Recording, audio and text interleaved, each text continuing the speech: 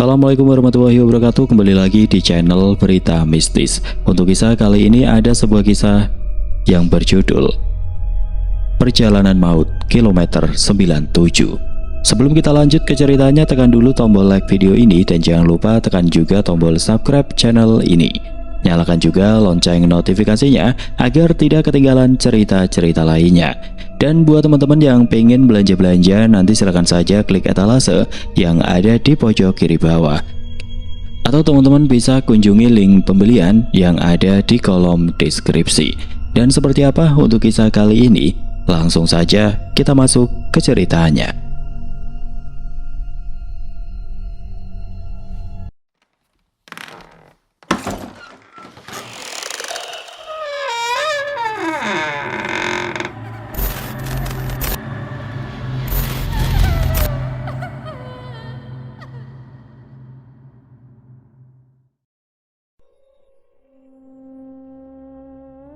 Pagi itu Jumat 22 Juni 2018, udara di Ciledug terasa lebih berat dari biasanya. Sisa-sisa euforia lebaran masih terasa di gang-gang sempit. Namun di rumah kami ada kesibukan yang dibumbui sedikit rasa cemas. Aku, pacarku, adikku dan ibu sudah siap untuk berangkat menuju Bandung. Sebuah perjalanan yang kami rancang sebagai pelipur lelah setelah keriuhan hari raya. Sebuah mobil metik sewaan sudah terparkir di depan rumah. Pacarku sibuk menata barang di bagasi, sementara adikku asik dengan ponselnya. Namun pandanganku tertuju pada ibu. Beliau tidak sedang mengecek pakaian atau bekal makanan. Ibu berdiri diam di ambang pintu kamar, memegang sebuah Al-Quran kecil yang bersampul beludru hijau tua yang sudah mulai menipis warnanya karena sering dibaca. "Bu, ayo keburu macet di jalan tolnya," ajakku sambil menyentuh pundaknya. Ibu sedikit tersentak lalu menatapku dengan tatapan yang sulit diartikan. "Sebentar, Nduk, perasaan ibu kok nggak enak ya? Kayak ada yang ganjil di hati," bisiknya lirih, hampir tidak terdengar oleh yang lain. "Ah, ibu cuma capek kali habis beres-beres lebaran. Kan kita mau senang-senang ke Bandung. Nengok teteh di Cimahi juga," jawabku mencoba menenangkan. Meski sejujurnya ada sejumput rasa dingin yang merambat di tengkukku melihat ekspresi ibu. Ibu tidak membantah. Beliau segera memasukkan Al-Quran kecil itu ke dalam tas tangannya, tepat di bagian paling atas. "Ini jangan sampai keluar dari tas ibu. Di jalan itu kita nggak pernah tahu siapa yang menunggu. Kamu tahu kan, jalan ke Bandung itu tua," ucap ibu lagi, kali ini dengan nada yang lebih tegas. Saat kami mulai masuk ke dalam mobil, pacarku mencoba mencairkan suasana. "Siap semua, Bandung, here we go," serunya semangat. Mobil perlahan bergerak membelah kemacetan Jakarta menuju arah Cikampek. Namun baru saja mobil meluncur di jalan tol, suasana di dalam kabin terasa ganjil. Meski AC mobil menyala di suhu normal, ibu terus-menerus mengusap lengannya seolah kedinginan. Beliau tidak henti-hentinya merapalkan doa di bawah nafasnya. Tangan kanannya tidak lepas dari tas yang berisi Al-Quran tadi, memeluknya erat di pangkuan seolah tas itu adalah satu-satunya pelampung di tengah lautan. "Mas, nyetirnya hati-hati ya, jangan kosong pikirannya," tegur ibu tiba-tiba pada pacarku yang sedang fokus menyetir. "Iya bu, aman kok. Kenapa bu?" tanya pacarku sambil melirik lewat spion tengah. Ibu hanya menggeleng. "Tadi pas lewat gerbang tol, ibu kayak lihat ada bayangan hitam besar yang nempel di atas kap mobil kita. Tapi pas ibu kedip, hilang. Mungkin mata ibu saja yang sudah tua." Adikku yang tadinya asik bermain game langsung terdiam. Kami semua saling lirik. Kalimat ibu bukan sekedar gurauan. Di Indonesia, firasat seorang ibu adalah kompas yang jarang meleset. Aku mencoba memutar radio, mencari lagu-lagu ceria untuk mengusir rasa mencekam yang mulai merayap di sela-sela jok mobil. Namun frekuensi radio tiba-tiba terganggu oleh suara statis yang panjang sebelum akhirnya mati total. "Kok mati radionya?" tanyaku heran. "Mungkin sinyalnya jelek, ini kan sudah masuk daerah perbukitan," saut pacarku, meski aku bisa melihat tangannya mencengkeram setir lebih kuat dari sebelumnya. Di luar langit mulai berubah abu-abu, padahal jam baru menunjukkan pukul 10 pagi. Perjalanan yang seharusnya penuh tawa ini Entah mengapa terasa seperti kami sedang diantar menuju sesuatu yang sudah menunggu di ujung jalan. Sesuatu yang gelap yang sudah lama lapar di jalur Cipularang. Perjalanan berlanjut menyusuri aspal panas yang membelah perbukitan. Menjelang siang kami memasuki wilayah Cimahi.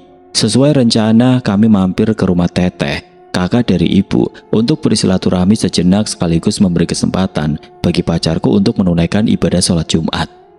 Rumah Teteh adalah bangunan tua bergaya kolonial yang masih kokoh, terletak di sebuah gang yang diteduhi pohon-pohon mangga besar.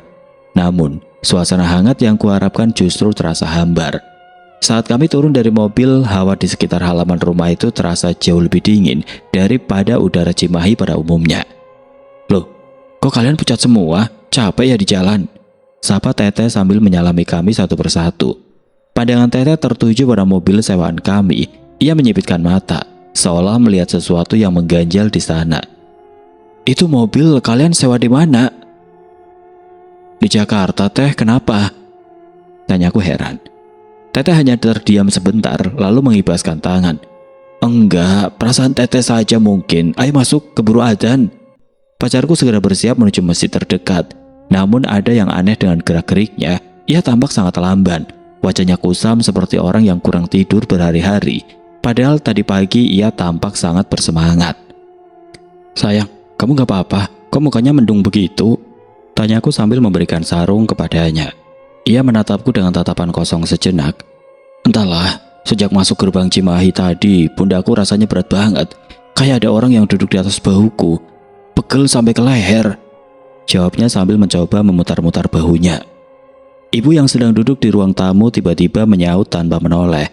Jangan dilepas Al-Qur'annya, Nduk. Tadi di mobil ibu gak berhenti baca doa karena sesuatu itu masih ikut. Kalimat ibu membuat bulu kuduku berdiri. Aku mencoba tertawa kecil untuk mengusir rasa takut. Ibu jangan nakut-nakutin, itu mungkin karena Mas kurang minum saja. Setelah pacarku berangkat ke masjid, aku duduk bersama ibu dan Teteh di ruang tengah. Teteh tiba-tiba berbisik pada ibu. Tadi pas mobil itu masuk halaman, aku lihat di kaca belakangnya ada bayangan rambut panjang menempel di kaca. Aku pikir itu rambut si adik, tapi adik kan rambutnya pendek.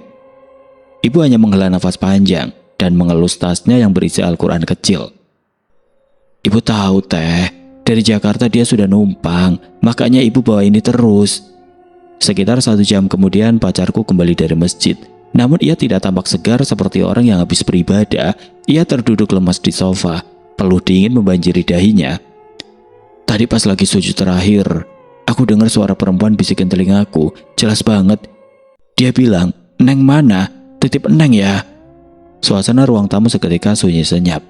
Neng adalah panggilan akrabku di keluarga. Adikku yang sedari tadi asik main HP langsung mematikan layarnya. Wajahnya pucat pasi.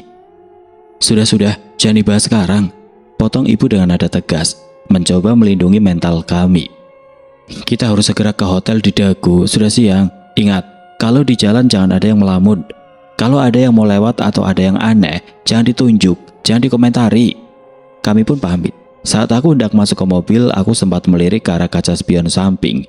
Di sana, di tengah cuaca Bandung yang mulai mendung, aku melihat pantulan seorang wanita berdiri di bawah pohon mangga depan rumah Teteh.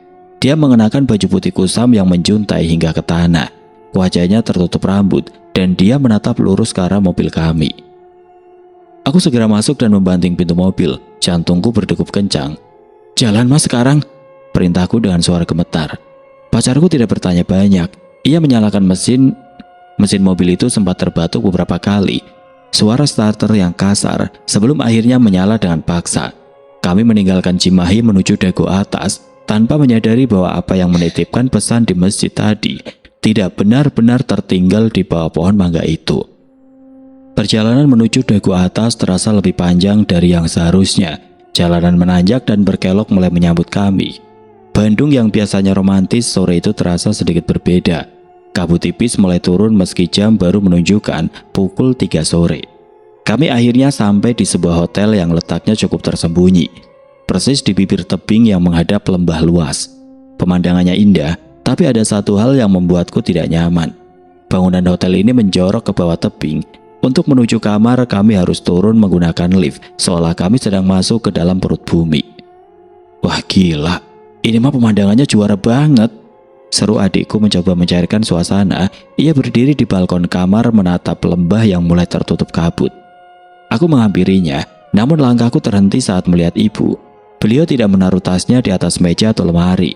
Beliau tetap mendekap tas berisi Al-Quran itu sambil duduk di tepi tempat tidur. Matanya menyapu setiap sudut langit-langit kamar. "Duk, tutup pintu balkonnya, sudah mau maghrib." "Bentar bu, sejuk banget udaranya." Tiba-tiba pintu kamar mandi yang tertutup rapat terbuka perlahan. Suaranya panjang dan tajam. Kami semua menoleh. Tidak ada siapa-siapa di sana. Angin tidak mungkin, karena semua jendela tertutup rapat kecuali pintu balkon yang hanya terbuka sedikit. Pacarku segera mengecek ke dalam, namun ia hanya menemukan lantai kamar mandi yang kering dan aroma melati yang samar. Padahal hotel ini menggunakan pengharum ruangan aroma lemon. "Perasaan aku aja kali ya, mungkin engselnya longgar," gumam pacarku, meski aku tahu dia sedang berusaha menenangkan dirinya sendiri. Malamnya suasana semakin mencekam. Suara angin yang menghantam dinding tebing terdengar seperti suara orang yang sedang merintih dari kejauhan. Kami memutuskan untuk beristirahat lebih awal agar besok pagi bisa segar menuju Lembang. Namun tidur kami tidaklah nyenyak. Sekitar jam 1 pagi aku terbangun karena mendengar suara ketukan di kaca balkon. Tok, tok, tok. Ketukannya pelan, namun berirama. Aku bangkit dari tempat tidur dengan jantung berdebar. Siapa yang mengetuk kaca di lantai atas yang posisinya menggantung di atas tebing? Tidak ada balkon luar untuk orang berdiri di sana. Aku menoleh ke arah tempat tidur ibu. Beliau ternyata tidak tidur. Ibu sedang duduk bersila di atas sajadah, membacakan ayat-ayat suci dengan suara yang sangat lirih, hampir seperti bisikan. Al-Quran kecil itu terbuka di pangkuannya. "Bu, ibu dengar suara itu?" Ibu menoleh padaku, wajahnya terlihat sangat lelah. "Jangan dilihat ke jendela, Duk. Dari tadi ada yang mau masuk. Dia nggak suka kita di sini, atau mungkin dia memang sudah ikut dari jalan tadi." Tiba-tiba dari arah bawah tebing terdengar suara tangisan perempuan yang sangat melengking, lalu hilang ditelan suara angin. Pacarku dan adikku terbangun serentak, wajah mereka pucat pasi. Kami semua terdiam, terpaku dalam kegelapan kamar yang hanya diterangi lampu tidur yang berkedip-kedip tidak stabil. "Besok pagi-pagi kita langsung keluar dari sini ya. Aku ngerasa tempat ini bukan buat manusia malam ini." Malam itu kami tidak ada yang berani memejamkan mata lagi. Kami berkumpul di satu tempat tidur, mendengarkan ibu yang terus mengaji hingga fajar menyingsing. Di luar sana, di balik kabut tebing dago yang pekat, aku tahu ada sesuatu yang sedang menunggu kami melanjutkan perjalanan menuju Lembang. Sesuatu yang akan menguji nyawa kami di tanjakan dan turunan tajam esok hari.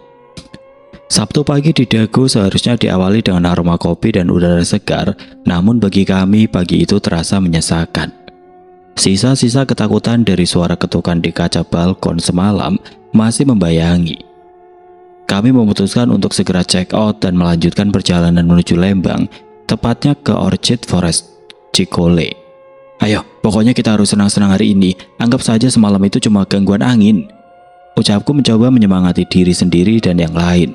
Pacarku mengangguk, meski lingkaran hitam di bawah matanya tidak bisa berbohong. Mobil Matic sewaan kami mulai membelah jalanan menanjak menuju arah Lembang.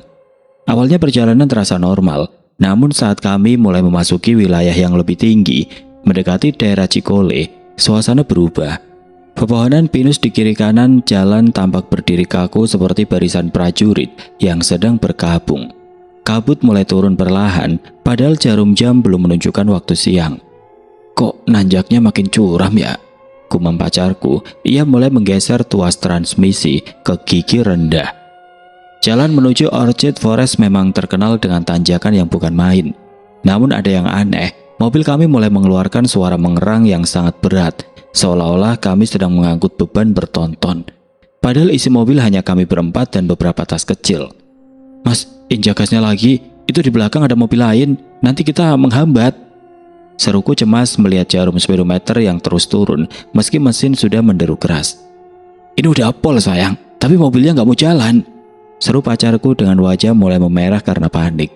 Tiba-tiba bau hangus yang sangat tajam menyengat masuk ke dalam kabin. Bukan bau mesin terbakar biasa, melainkan bau seperti daging yang dipanggang. namun bercampur dengan aroma bunga Kamboja yang sangat kuat. Ibu yang sedari tadi mendekap tasnya tiba-tiba memejamkan mata rapat-rapat. Astagfirullah, astagfirullah. Ibu mulai berzikir dengan suara keras. Jangan dipaksa mas, berhenti dulu kalau bisa. Gak bisa bu, kalau berhenti di tengah tanjakan curam gini, kita bakal merosot ke belakang. Pacarku berteriak frustasi, tangannya gemetar hebat memegang setir. Mesin mobil menderu kencang, suaranya seperti orang yang sedang tercekik lehernya. Di tengah kepanikan itu, aku melirik ke spion tengah. Aku bersumpah, aku melihat di jok paling belakang, tepat di samping adikku, ada sebuah bayangan hitam yang sangat besar dan berat sedang duduk membungkuk. Bayangan itu seolah menekan bagian belakang mobil hingga ban belakang, terlihat sangat amblas ke aspal.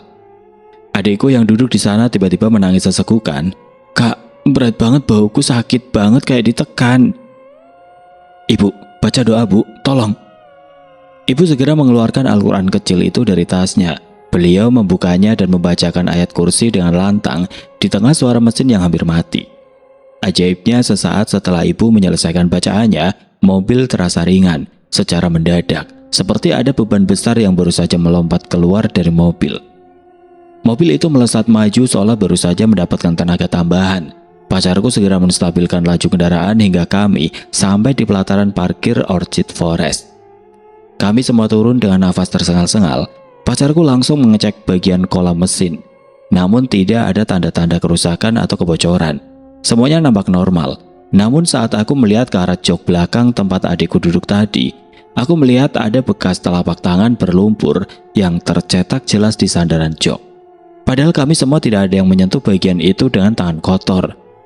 Kita jangan lama-lama di sini, bisik ibu sambil mengusap air mata adikku. Tempat ini, mereka nggak suka kita datang. Baru saja kami melangkah menuju pintu masuk hutan pinus. Langit yang tadi hanya berawan tiba-tiba tumpah. Hujan deras mengguyur Cikole dengan sangat seketika, mengakhiri harapan kami untuk berfoto, seolah-olah alam atau sesuatu di dalamnya memang mengusir kami secara paksa. Hujan di Cikole sore itu tidak terasa seperti hujan biasa. Air yang jatuh dari langit terasa sangat dingin, hampir seperti es. Dan warnanya terlihat kelabu pekat karena bercampur kabut hutan pinus. Harapan kami untuk menikmati indahnya jembatan gantung dan deretan anggrek sirna, kami hanya sempat mengambil beberapa foto di bawah payung dengan wajah yang dipaksakan tersenyum, sebelum akhirnya memutuskan untuk segera turun. Ayo balik saja, hawanya sudah gak enak, hujannya malah makin jadi, ajakku sambil merapatkan jaket. Kami kembali masuk ke dalam mobil. Kondisi kabin terasa sangat lembab. Kaca mobil terus-menerus berembun meski AC sudah diarahkan ke kaca depan. Pacarku mulai menjalankan mobil dengan sangat perlahan. Jika tadi saat berangkat kami menghadapi tanjakan yang menyiksa mesin, kini kami harus menghadapi turunan curam yang sangat licin karena guyuran hujan deras. Hati-hati mas, jalannya licin banget, itu samping langsung jurang. Ibu mengingatkan dari kursi tengah. Tangan beliau tidak lepas dari tas berisi Al-Quran, seolah itu adalah jangkar satu-satunya yang menjaga kami tetap di bumi. Pacarku mulai menginjak rem berkali-kali untuk menahan laju mobil di turunan tajam Cikole. Namun baru berjalan sekitar 10 menit, aku menyadari sesuatu yang aneh. Wajah pacarku berubah pucat pasi, matanya melotot menatap ke bawah pedal gas dan rem. Ia mulai memompa pedal rem dengan kakinya secara cepat dan kasar. Mas, ada apa? Tanyaku, jantungku mulai berdegup kencang. Remnya kosong. Suaranya bergetar hebat. Sayang, remnya gak balik, blong. Seketika suasana di dalam mobil menjadi kacau. Astagfirullah mas, jangan bercanda deh. Aku melihat kakinya terus menekan pedal rem, tapi mobil justru meluncur semakin cepat di turunan yang semakin curam. Gak bisa, remnya blong total, rem tangan. Mas, rem tangan. Teriakku histeris. Pacarku menarik rem tangan tapi mobilnya hanya berdecit sedikit dan tetap melaju kencang karena jalanan yang sangat licin. Di depan kami sebuah tikungan tajam dengan pembatas jalan yang tipis sudah menanti. Di baliknya ada jurang yang dalam. Ibu, doa bu, remnya blong, teriak adikku dari belakang sambil menangis histeris. Ibu tidak berteriak, beliau justru memejamkan mata, memeluk tasnya erat-erat dan merapalkan doa dengan suara yang sangat tenang namun bertenaga. Di tengah kepanikan itu, aku mencium bau yang sama seperti di tanjakan tadi. Bau daging terbakar bercampur bunga kamboja yang sangat menyengat. Kali ini lebih kuat, seolah sesuatu itu sedang duduk di atas kap mobil, menekan beban kami ke arah jurang. "Banting ke kiri mas, ke arah tebing, jangan ke kanan," perintahku sambil memegang kemudi membantu pacarku. Dengan sisa tenaga dan keberaniannya, pacarku mencoba mengarahkan mobil ke bahu jalan yang sedikit menanjak dan berbatu. Mobil berguncang hebat. Suara benturan logam dengan batu terdengar memegahkan telinga. Akhirnya setelah beberapa detik yang terasa seperti selamanya, mobil itu terhenti setelah menabrak gundukan tanah di pinggir jalan. Kami semua terdiam. Hanya suara hujan deras yang menghantam atap mobil dan isak tangis adikku yang terdengar. "Semua nggak apa-apa?" tanya pacarku dengan suara yang hampir habis. Nafasnya tersengal-sengal, dahinya bersandar di setir mobil. "Alhamdulillah, alhamdulillah," ibu terus mengucap syukur. Pacarku mencoba keluar dari mobil di tengah hujan untuk mengecek ban dan rem. Anehnya, setelah beberapa menit didiamkan, rem itu kembali berfungsi saat diinjak. "Mungkin minyak remnya kepanasan atau vapor lock," gumamnya mencoba berpikir logis, meski tangannya masih gemetar hebat. Namun saat aku melihat ke arah kaca depan yang tertutup embun, aku melihat sesuatu yang membuat darahku membeku. Di sela-sela embun itu ada bekas tempelan dua telapak tangan anak kecil dari arah luar kaca, tepat di depan posisi duduk pacarku. Padahal sejak tadi hujan deras, dan tidak mungkin ada anak kecil yang berdiri di kap mobil saat kami meluncur turun. "Kita pulang ke hotel sekarang, pelan-pelan saja," perintah ibu dengan nada dingin. "Besok kita harus pulang ke Jakarta. Bandung sudah tidak mau menerima kita lagi." Malam itu kami kembali ke hotel dengan perasaan hancur. Kami tidak tahu bahwa kejadian remblong ini hanyalah pembuka dari peringatan yang lebih besar yang akan kami terima esok hari lewat suara burung di sebuah kafe. Minggu pagi menyapa dengan sisa-sisa trauma semalam. Kami memutuskan untuk tidak langsung pulang ke Jakarta, melainkan mampir sejenak mencari tempat yang tenang untuk menenangkan syaraf yang tegang. Pilihan jatuh pada sebuah garden cafe populer di Bandung, sebuah tempat bernama Endra. Modelnya terbuka, dikelilingi pohon-pohon besar yang rimbun, memberikan kesan asri yang seharusnya menenangkan. Namun baru saja kaki kami menginjak lantai kayu di area depan kafe tersebut, langkahku terhenti mendadak. Udara di bawah rindangnya pepohonan itu terasa tidak lazim, dingin, tapi kering. Tiba-tiba dari dahan pohon besar tepat di atas pintu masuk, terdengar suara nyanyian yang sangat khas, melengking, berulang, dan memiliki nada yang seolah-olah menyayat keheningan. Langkah ibu terhenti, wajahnya langsung pucat sejak kejadian remblong, kini berubah menjadi kaku, seperti melihat malaikat maut sedang bersandar di dahan pohon. Beliau mencengkeram lengan bajuku dengan sangat kuat. "Duk, kamu dengar itu?" bisik ibu, suaranya bergetar, penuh ketakutan yang murni. "Dengar bu, suara burung kan? Mungkin burung liar di sini," jawabku mencoba bersikap acuh meski jantungku mulai bertalu-talu. "Itu burung kedasin duk," timbal pacarku. Ia menengadah mencoba mencari sumber suara di balik dedaunan hijau yang lebat. "Kata ayahku, burung itu gak pernah bawa kabar baik." Di Indonesia, suara burung kedasi atau sering disebut burung maut dipercaya sebagai pembawa pesan gelap. Menurut tradisi lisan yang diajarkan ayahku, ada dua kemungkinan jika burung itu bersuara di dekatmu. Pertama, akan ada kabar orang meninggal dalam waktu dekat, atau kedua, akan ada kejadian buruk yang sangat besar menimpa orang yang mendengarnya.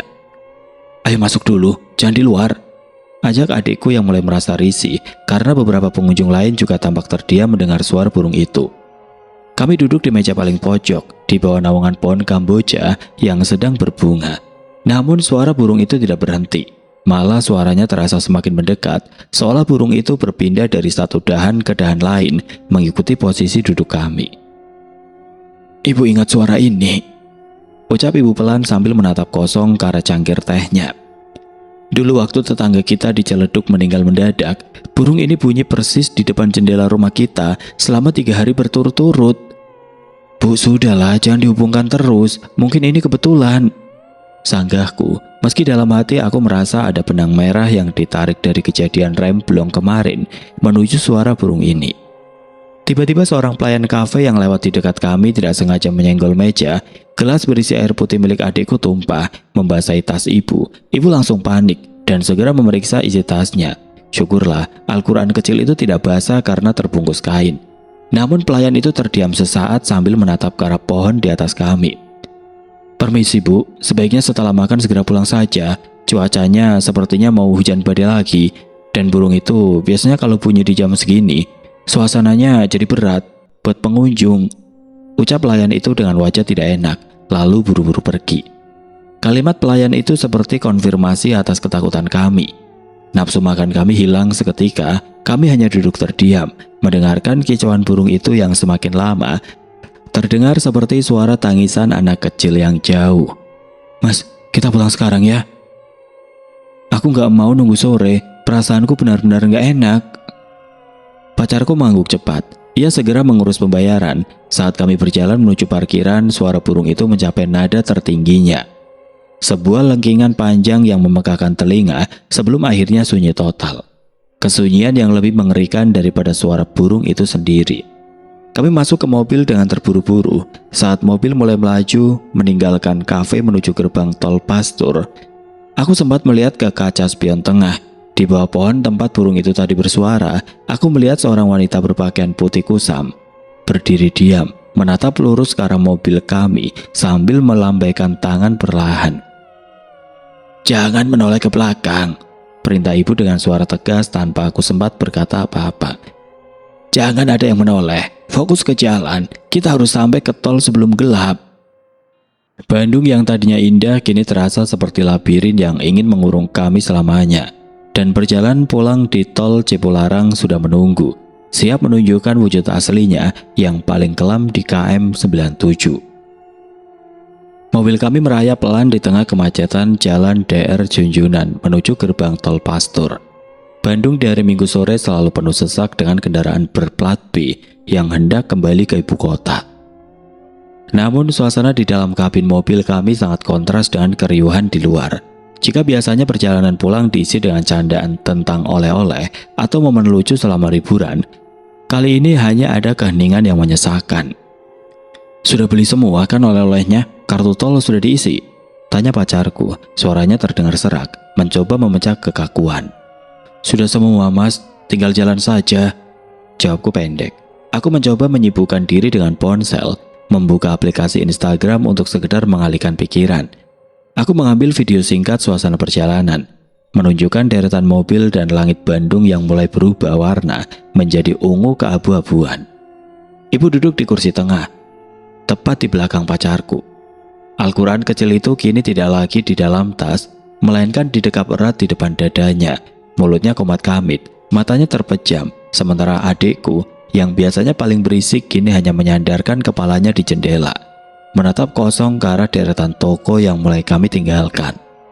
"Duk, simpan HP-nya," tegur ibu tiba-tiba tanpa membuka mata. "Kenapa Bu? Aku cuma bikin story buat kenang-kenangan."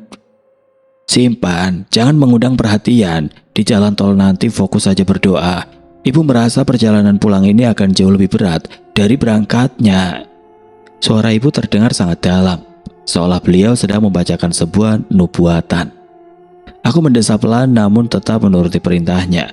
Aku menaruh ponselku di atas dashboard. Saat itulah aku melihat ke arah gerbang tol Pastur yang sudah di depan mata. Di atas gerbang beton itu, aku melihat kepulan asap hitam yang tidak wajar. Bukan asap kendaraan, tapi asap yang menggumpal seperti membentuk sosok raksasa yang sedang berjongkok, mengawasi setiap mobil yang masuk ke dalam jalur bebas hambatan itu. Saat mobil kami melakukan tapping kartu di gerbang tol, bunyi bip sensor terasa sangat nyaring, memekakkan telinga. Detik itu juga suhu di dalam mobil turun drastis. Nafas kami mulai mengeluarkan embun tipis. "Kok dingin banget ya? Padahal AC cuma di nomor 1 loh," gumam pacarku sambil mengecilkan setelan AC. "Itu bukan dingin AC Mas," saut adikku tiba-tiba dengan suara datar. "Tadi pas kita lewat gerbang, aku lihat ada tangan pucat panjang banget yang nempel di kaca belakang kita. Dia kayak mau ikut pulang ke Jakarta." "Dek, jangan ngomong sembarangan," bentakku karena ketakutan. "Aku gak bohong Kak, tangan itu jarinya panjang-panjang, kukunya hitam." Adikku mulai terisak. "Sudah cukup," ibu menengahi dengan suara keras. Beliau kemudian membacakan sebuah doa perlindungan dengan nada yang menggetarkan sisi mobil. Kita sudah masuk ke jalurnya. Sekarang tidak ada yang boleh bicara hal-hal aneh. Fokus pada keselamatan. Mas, jangan terpancing kecepatan mobil lain. Tetap di jalur kiri. Mobil melaju memasuki aspal Cipularang yang legendaris. Jalur ini bukan sekedar jalan tol biasa bagi masyarakat Indonesia. Ini adalah saksi bisu ribuan kejadian di luar nalar. Perbukitan di sisi kiri dan kanan mulai menjulang. Tampak seperti raksasa-raksasa hijau yang sedang tertidur, namun siap terbangun kapan saja. Aku mencoba mengambil cemilan yang baru dibeli di tempat oleh-oleh, mencoba mengunyah untuk mengurangi rasa mual yang tiba-tiba datang. Namun rasa makanannya hambar, seperti mengunyah kertas basah. Satu persatu papan penanda kilometer kami lalui, KM 120, KM 115, KM 110, semakin kecil angka kilometernya, semakin gelap langit di depan kami. Awan hitam pekat menggantung rendah, seolah-olah langit sedang turun untuk menghimpit bumi. Mas, lihat itu di depan. Tunjukku ke arah cakrawala. Di sana gelap banget, padahal di sini masih ada sisa cahaya matahari. Iya, sepertinya badai besar di depan. Kita sudah mau masuk daerah KM 100-an. Jawab pacarku dengan nada cemas. Kami tidak tahu bahwa di balik kegelapan itu di KM 97 yang keramat, alam dan dimensi lain sedang bersiap untuk mempertontonkan kekuatannya. Perjalanan pulang yang sesungguhnya baru saja dimulai. Begitu jarum speedometer menyentuh angka yang melewati KM 101, dunia seolah-olah berganti wajah. Langit yang tadinya ungu keabu-abuan mendadak runtuh menjadi hitam legam. Tidak ada transisi, tidak ada peringatan. Hujan turun bukan dalam bentuk rintik, melainkan seperti tumpahan air bah dari langit yang menghantam atap mobil dengan suara dentuman keras. Ya Allah, ini hujan apa batu? Teriak pacarku sambil berusaha mempercepat gerak wiper ke tingkat maksimal. Namun sapuan wiper itu sia-sia, air yang turun terlalu pekat, membuat kaca depan tertutup tirai air yang tebal. Memasuki kilometer 99, kondisi semakin tidak masuk akal. Angin kencang mulai menghantam badan mobil dari arah samping. Mobil kami yang berbodi ringan terasa seperti kaleng kerupuk yang sedang dipermainkan tangan raksasa. Goyangannya terasa nyata. Ban mobil seolah-olah kehilangan cengkeraman pada aspal yang kini tergenang air. Mas, pegang setirnya yang kuat, mobilnya mau keangkat. Teriakku sambil mencengkeram hand grip di atas pintu. Aku sudah pegangan sekuat tenaga, tapi anginnya dorong terus ke arah jurang. Balas pacarku dengan suara yang hampir tenggelam oleh deru badai. Wajahnya tegang, urat-urat di tangannya menonjol saat ia berusaha mati-matian menjaga posisi mobil di tengah jalur. Di sekeliling kami, kendaraan lain mulai menyalakan lampu hazard. Cahaya kuning yang berkedip-kedip itu terlihat samar, seperti kunang-kunang yang sekarat di tengah samudera kegelapan. Jarak pandang benar-benar nol. Kami tidak bisa melihat pantat mobil di depan, dan spion pun hanya menampilkan kabut putih yang bergulung-gulung. Astagfirullah, astagfirullah. Suara ibu memenuhi kabin. Beliau tidak lagi duduk bersandar, ibu duduk tegak, memegang Al-Quran kecil itu tepat di depan dadanya, dan membacakan ayat-ayat perlindungan dengan suara yang mengalahkan suara petir di luar. Tiba-tiba mobil terasa miring ke kanan secara ekstrim. Seolah-olah ada tangan tidak kasat mata yang mencoba mengembalikan kami. Kak, itu apa di jendela? Teriak adikku dari kursi belakang. Ia menunjuk ke arah jendela samping tempat kabut sedang tebal-tebalnya. Aku menoleh sekejap. Di balik kaca yang diguyur hujan deras, aku melihat sebuah wajah pucat yang sangat besar menempel di kaca. Wajah itu tidak memiliki mata, hanya lubang hitam, dan mulutnya menganga lebar seolah sedang mengisap udara dari dalam mobil kami. Sosok itu terbang sejajar dengan kecepatan mobil kami, mengikuti di tengah badai yang mengamuk. Jangan dilihat, fokus ke depan mas, jangan rem mendadak. Perintah ibu dengan nada yang sangat berwibawa, seolah beliau sedang berkomunikasi dengan sesuatu yang bukan manusia.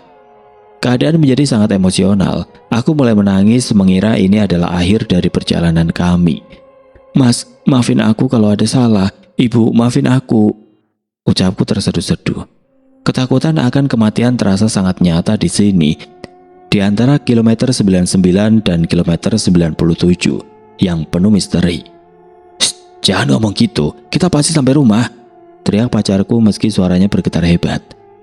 Mobil terus merangkak pelan, mungkin hanya 20 km per jam.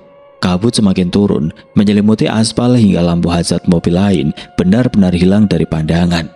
Kami terjebak dalam ruang hampa yang berisi suara hujan, angin yang menderu seperti serigala, dan lantunan doa ibu. Di kilometer 98, bau bunga kamboja yang sempat hilang di Cikole kini muncul kembali, jauh lebih menyengat daripada sebelumnya. Bau itu memenuhi kabin, mengalahkan aroma parfum mobil. Aku tahu, kami sedang melewati titik paling haus di tol ini. Satu langkah salah saja, kami akan menjadi angka statik kecelakaan berikutnya di jalur angker Cipularang. Tahan, sebentar lagi, terus sikir. Bisik ibu, keringat dingin mengucur di pelipisnya meski udara sangat dingin. Kami terus bergerak menembus dinding air dan kabut menuju titik KM 97 yang menjadi batas antara hidup dan sesuatu yang tidak ingin kami sebutkan namanya. Jika di kilometer sebelumnya kami merasa sedang bertarung dengan alam, maka di kilometer 97 rasanya kami sudah tidak lagi berada di bumi. Kabut yang turun bukan lagi berwarna putih transparan, melainkan abu-abu pekat yang seolah memiliki massa. Cahaya lampu utama mobil kami tertahan oleh dinding kabut itu, memantul kembali ke arah kami, seolah-olah kami sedang menabrak cermin raksasa. Mas, pelan lagi, aku nggak bisa lihat jalan sama sekali. Bisikku dengan suara yang hampir habis karena terlalu lama menahan tangis. Pacarku tidak menjawab, matanya terpaku ke depan, namun anehnya pandangannya seperti kosong. Tangannya yang mencengkeram setir mulai membiru karena tekanan yang terlalu kuat. Mobil bergerak sangat lambat, namun guncangan akibat angin justru semakin gila. Rasanya ada sesuatu yang besar sedang memeluk mobil kami, mencoba mengangkat rodanya dari aspal. Bu, dingin banget bu, rintih adikku, suaranya terdengar jauh, seperti berasal dari balik lorong yang panjang. Aku menoleh ke belakang, dan jantungku nyaris berhenti. Adikku tidak lagi menyandar di kursi, ia duduk kaku dengan mata melotot ke arah kaca belakang. Di sana, di balik kaca yang diguyur hujan, puluhan telapak tangan putih pucat menempel, bergerak-gerak seperti mencari celah untuk masuk. Tidak ada tubuh, hanya tangan-tangan yang tumpang tindih. Jangan menoleh ke belakang, Duk. Lihat ibu. Perintah ibu dengan suara yang menggelegar memecah ketakutan kami. Ibu mulai membaca surat Al-Jin dengan suara yang sangat lantang. Al-Quran kecil itu beliau buka, dan anehnya meski di dalam mobil gelap gulita, halaman Al-Quran itu seolah mengeluarkan cahaya kekuningan yang redup. Begitu ibu mulai mengaji, suara hantaman angin di luar berubah menjadi suara jeritan yang memekakan telinga. Suara itu menembus kaca mobil, menembus gendang telinga kami. Pacarku mulai mengerang, memegangi telinganya dengan satu tangan sementara tangan lainnya mencoba menstabilkan setir. Sakit, telingaku sakit banget. Di titik KM 97 ini aku melihat pemandangan yang tidak akan pernah kulupakan seumur hidup. Di pinggir jalan tol, di tengah badai dan kabut, berderet sosok-sosok hitam yang berdiri diam. Mereka tidak bergerak, hanya menunduk. Jumlahnya ratusan, berjajar sepanjang bahu jalan seolah sedang menyambut iring-iringan jenazah. Bau kamboja yang tadi menyengat kini berubah menjadi bau bangkai yang sangat busuk. Jangan berhenti mas, terus jalan. Jangan injak rem kalau tidak terpaksa. Tiba-tiba mobil kami terasa meluncur sangat ringan, seolah aspal di bawah kami menghilang. Suara mesin mobil yang tadinya menderu keras mendadak senyap, hening yang total. Tidak ada suara hujan, tidak ada suara angin, tidak ada suara doa ibu. Hanya ada keheningan yang mematikan selama beberapa detik. Dalam keheningan itu aku melihat seorang wanita, sosok yang sama dari Cimahi dan Dagu, duduk tepat di atas dashboard mobil, menatapku dengan wajah yang hancur dan air mata darah. Dia membisikkan sesuatu yang membuat seluruh badanku mati rasa. Temani saya di sini. La ilaha illallah. Ibu berteriak tepat di samping telingaku. Seketika suara badai kembali menghantam. Sosok di dashboard itu lenyap seperti asap yang ditiup angin. Mobil kami terhentak keras saat ban kembali menyentuh aspal yang tergenang. Kami terus merayap.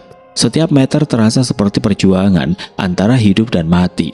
Kami sedang berada di dalam dimensi yang terkunci, di mana waktu seolah berhenti dan hanya ada penderitaan di sekitar kami. Sedikit lagi, sedikit lagi. Kilometer 96 sudah dekat. Bisik ibu sambil terus membolak-balik halaman Al-Quran kecilnya. Tangan beliau bergetar, namun semangatnya adalah satu-satunya hal yang menjaga kami tetap waras di tengah neraka Cipularang ini. Ketegangan di dalam mobil sudah mencapai puncaknya, nafas kami memburu, bercampur dengan aroma amis dan kamboja yang menyesakkan dada. Di KM 97 kami merasa seperti sedang berada di dasar samudra yang gelap dan penuh monster. Namun saat jarum kilometer perlahan bergeser mendekati angka 96, sebuah fenomena yang melampaui logika manusia terjadi tepat di depan mata kami. Hanya dalam satu kedipan mata, seperti melewati sebuah tirai kaca yang tidak terlihat, semuanya berubah total. Suara hantaman hujan yang tadi memekakan telinga mendadak hilang. Goncangan angin yang hampir membalikan mobil kami berhenti seketika. Kabut tebal yang menghalangi pandangan seolah terbelah dan menguap ke langit saat kami melewati batas garis KM 96. Jalanan di depan kami kering kerontang. Tidak ada air di aspal, tidak ada awan hitam. Langit di depan kami justru menunjukkan sisa-sisa semburat senja yang tenang dan damai.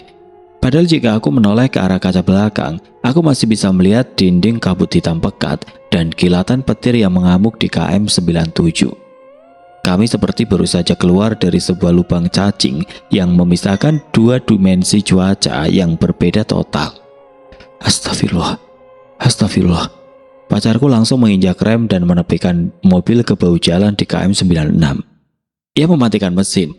Tangannya memegang setir gemetar hebat, sampai-sampai ia harus mencengkeram lututnya sendiri. Ia menyandarkan kepala di setir, nafasnya tersengal-sengal seperti orang yang baru saja lolos dari tenggelam. Ibu langsung menutup Al-Quran kecilnya dengan lembut, mencium sampulnya, lalu menyandarkan punggungnya ke jok mobil. Wajah ibu terlihat sangat tua dan lelah saat itu. Beliau mengusap air mata yang mengalir di pipinya. Kita sudah keluar, Nduk. Alhamdulillah, kita sudah dilepaskan. Aku menoleh ke arah adikku, ia masih mematung, menatap keluar jendela belakang dengan pandangan kosong. Kak, kok jalannya kering? Tadi kan banjir. Bisiknya dengan suara yang datar, hampir seperti orang yang kehilangan kesadaran. Aku tidak bisa menjawab. Aku keluar dari mobil, berdiri di aspal kilometer 96 yang hangat. Aku menyentuh permukaan jalan. Benar-benar kering. Tidak ada bekas tetesan air hujan sama sekali. Bagaimana mungkin jarak kurang dari 100 meter bisa memisahkan badai kiamat dengan keheningan total? Mas, lihat ini. Tunjukku pada kap mobil. Di atas kap mobil yang masih basah kuyup oleh sisa air badai tadi, terdapat goresan-goresan panjang seperti bekas kuku manusia yang mencoba mencengkeram logam. Goresannya dalam, merusak cat mobil, dan yang paling membuat bulu kuduk berdiri adalah bau yang tertinggal di sana. Bukan bau air hujan, melainkan bau tanah kuburan yang baru digali. Burung itu, remblong itu, semuanya memang pesan, Duk. Ucap ibu yang menyusul keluar dari mobil.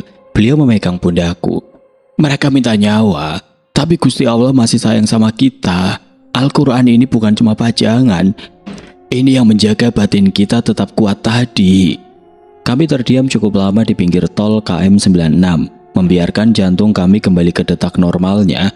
Mobil-mobil lain lewat dengan kecepatan tinggi seolah tidak terjadi apa-apa, membuat kami sadar bahwa mungkin hanya beberapa kendaraan terpilih yang ditarik masuk ke dalam pusaran mistis kilometer 97 tadi. Sepanjang perjalanan sisa menuju Jakarta, tidak ada satupun dari kami yang berani menyalakan musik atau berbicara banyak. Trauma itu sudah tertanam. Setiap kali kupingku terasa pengang karena tekanan udara di daerah pegunungan Bandung. Aku teringat suara jeritan di KM 97. Hingga hari ini setiap kali aku harus ke Bandung, aku akan selalu memilih naik kereta api. Bagiku jalur darat Cipularang adalah wilayah yang memiliki penguasanya sendiri. Dan di antara KM 97 dan 96, ada sebuah garis tipis antara hidup dan mati yang tidak ingin lagi aku seberangi. Jangan pernah lupa berdoa, dimanapun, bisik ibu saat kami akhirnya sampai di depan rumah di Ciledug. Karena di dunia ini, kita tidak pernah benar-benar berjalan sendirian. Oke teman-teman, sekian untuk kisah kali ini. Bagaimana menurut kalian tentang kisah ini? Tulis komentar kalian di kolom komentar. Dan buat teman-teman yang baru bergabung, jangan lupa untuk like, komen, share, serta subscribe channel ini. Dan nantikan kisah-kisah horor berikutnya tetap di channel Berita Mistis. Wassalamualaikum warahmatullahi wabarakatuh.